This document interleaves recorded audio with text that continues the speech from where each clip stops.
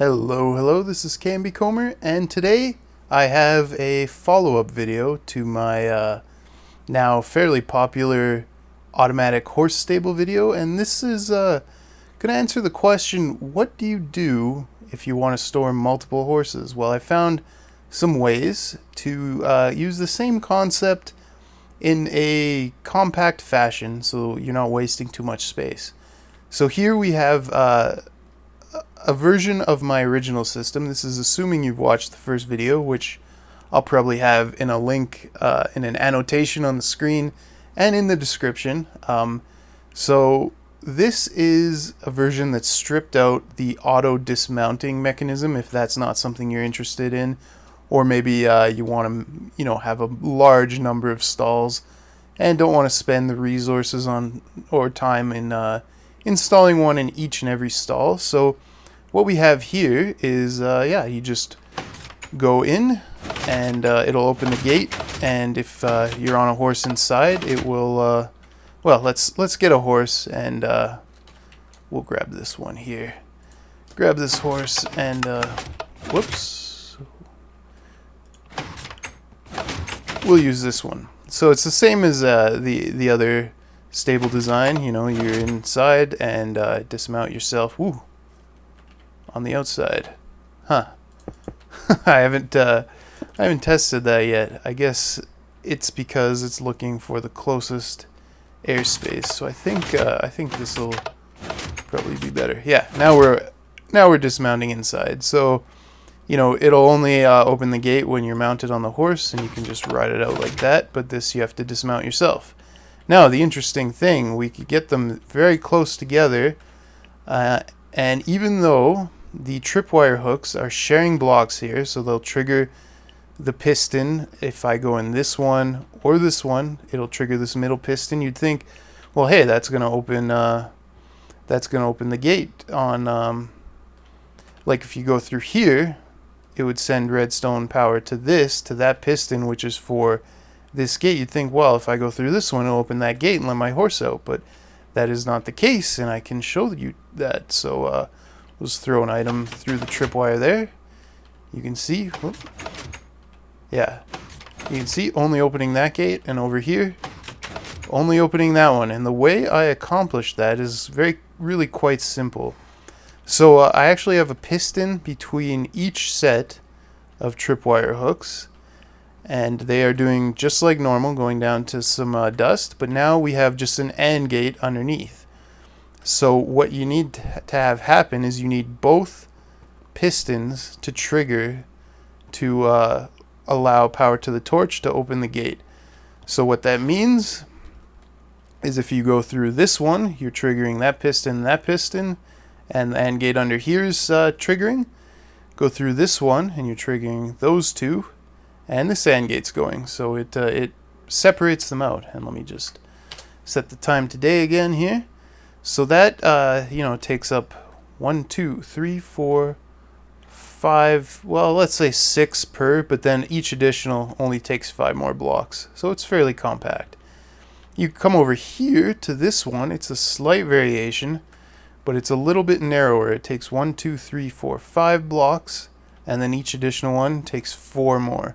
So it's the exact same idea using the AND gates underneath, but this time we're just narrowing it up by using these iron bars on the side, so the horse can't run out, and you can, although you'll have to, I don't know, open the gate to get yourself out. It's not the best, but you could maybe open up the back like a doorway like this, and then you could dismount yourself and then run out the back like that, leaving the horse in there. So that is a variation that takes up very little room, you can see. But now let's move on to the last variation. This is my personal favorite. So this has the same functionality of my original design that auto dismounts you, leaves the horse inside, but with this added feature of moving the water to the top. Now what this allows, you see we got all the circuitry on top now, doesn't make it much bigger, allows you to put them side by side, and allows this additional cool trick. Let's just grab this horse here.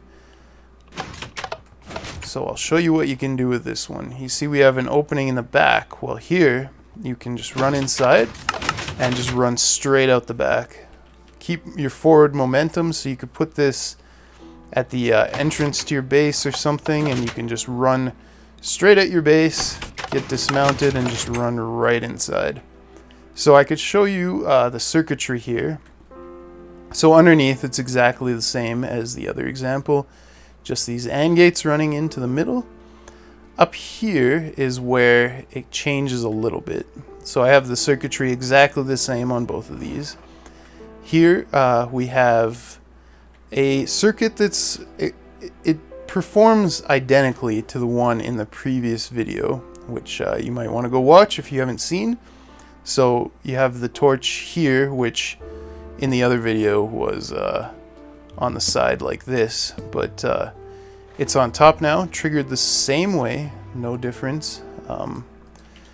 And so this is kind of the one-way circuit. It's you know, you run through one tripwire and then the other, which turns this torch off, and then this torch turns off from the other tripwire, and this is kind of like an AND gate, which then allows these two torches to come on. Now we're getting into a little bit more heavier resource territory here, but it's not too bad really.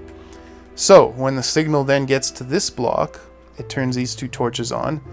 This torch first sends a signal down here to this monostable circuit, same exact system as before, sticky piston into a repeater.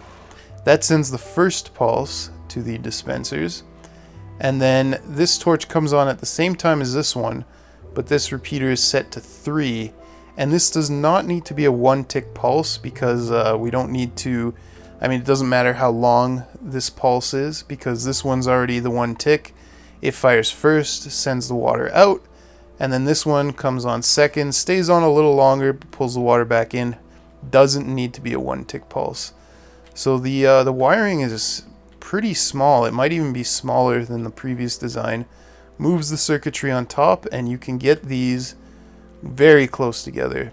6 wide for the first one, and then each one you put beside it. So let's count 1, 2, 3, 4, 5, 6 for the first one, and then each additional one, 1, 2, 3, 4, 5 wide.